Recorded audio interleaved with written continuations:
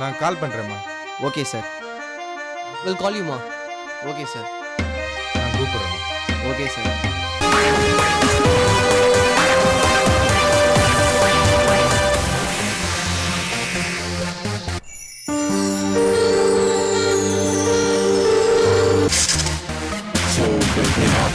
என்னடா சொல்ற? எனக்கு கூட இல்லாம ஆளுகிட்ட சொல்லி ரெக்கமெண்ட் பண்ணா இன்டர்வியூ மிஸ் பண்ணிட்டு கூட சொல்ற? அப்படி என்னடா உனக்கு கேர்லெஸ்? டேய் டேய் எங்கடா போறீங்க? எங்களுக்கு வேலை இருக்கு. நீ இப்படியே இன்டர்வியூ சுத்தினு.